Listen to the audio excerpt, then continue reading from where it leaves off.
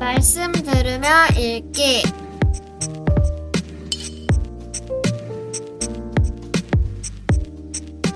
누가복음 19장 아가페 쉬운 성경. 예수님께서 여리고에 들어가 거리를 지나시는 중이었습니다. 여리고에는 삭개오라는 사람이 있었습니다. 그는 세리장이었고 부자였습니다. 삭개오는 예수님이 어떤 분인지 보려고 하였으나 사람들 때문에 볼 수 없었습니다. 그는 키가 작았던 것입니다. 그는 예수님을 보려고 앞서 달려가서 뽕나무에 올라갔습니다. 왜냐하면 예수님께서 그 길을 지나실 것이었기 때문입니다. 예수님께서 그곳에 이르러 위를 쳐다보시고 삭개오에게 말씀하셨습니다. 삭개오야, 어서 내려오너라. 오늘 내가 내 집에서 묵어야 하겠다. 삭개오가 빨리 내려와 예수님을 기쁘게 맞이했습니다. 사람들은 이것을 보고 모두 수군거렸습니다. 저 사람이 죄인의 집에 묵으려고 들어갔다. 삭개오가 서서 주님께 말씀드렸습니다. 주님, 제 재산의 절반을 가난한 사람들에게 주겠습니다. 그리고 제가 남의 것을 속여 얻은 것이 있으면 4배로 갚겠습니다. 예수님께서 삭개오에게 말씀하셨습니다. 오늘 이 집에 구원이 찾아왔다. 이 사람도 아브라함의 자손이다. 인자는 잃어버린 사람을 찾아 구원하러 왔다. 사람들이 예수님의 말씀을 듣고 있을 때 예수님께서 비유를 들어 말씀해 주셨습니다. 이 비유를 드신 것은 예수님께서 예루살렘에 가까이 오셨으므로 사람들이 곧 하나님 나라가 나타날 것으로 생각하였기 때문입니다. 예수님께서 말씀하셨습니다. 어떤 귀족이 왕위를 받아오려고 먼 나라로 가게 되었다. 그는 10명의 종을 불러 한 문화씩 10문화의 돈을 나누어 주면서 말했다. 내가 돌아올 때까지 장사를 하여라. 그러나 그의 백성들은 그를 미워하여 밀사를 뒤따라 보내어 왕위를 줄 사람에게 말을 전하였다. 우리는 이 사람이 우리의 왕이 되는 것을 원하지 않습니다. 그러나 그 귀족은 왕위를 받아가지고 돌아와서 돈을 맡겼던 종들을 불러 장사를 어떻게 했는지 알아보려고 하였다. 첫 번째 종이 와서 말했다. 주인님, 주인님의 한 문화로 10문화를 만들었습니다. 왕이 그에게 말했다. 잘하였다. 착한 종아, 내가 아주 작은 일에 충실하였으니 내게 10마을을 맡기겠다. 두 번째 종도 와서 말했다. 주인님, 주인님의 한 문화로 5문화를 만들었습니다. 왕이 그에게도 말했다. 내게는 5마을을 맡기겠다. 그런데 또 다른 종이 와서 이렇게 말하였다. 주인님, 주인님의 돈을 보십시오. 내가 이것을 수건에 쌓아두었습니다. 주인님은 엄하신 분이라 제가 주인님을 두려워하여 그렇게 했습니다. 주인님은 맡기지 않은 것을 가져가고 심지 않은 것을 거둬들이십니다. 그러자 주인이 그에게 말하였다.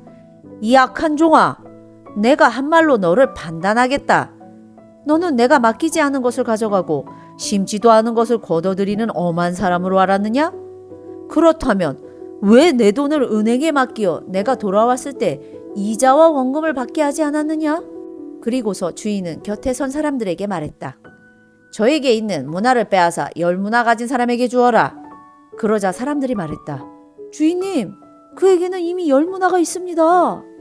내가 너희에게 말한다. 있는 사람은 더 받을 것이고 없는 사람은 있는 것마저 빼앗길 것이다. 그리고 내가 왕이 되는 것을 원치 않던 내 원수들을 끌어다가 내 앞에서 죽여라. 예수님께서 이 말씀을 하시고 앞장서서 예루살렘을 향해 올라가셨습니다. 올리브산 근처에 있는 벳바게와 베다니에 이르렀을 때였습니다.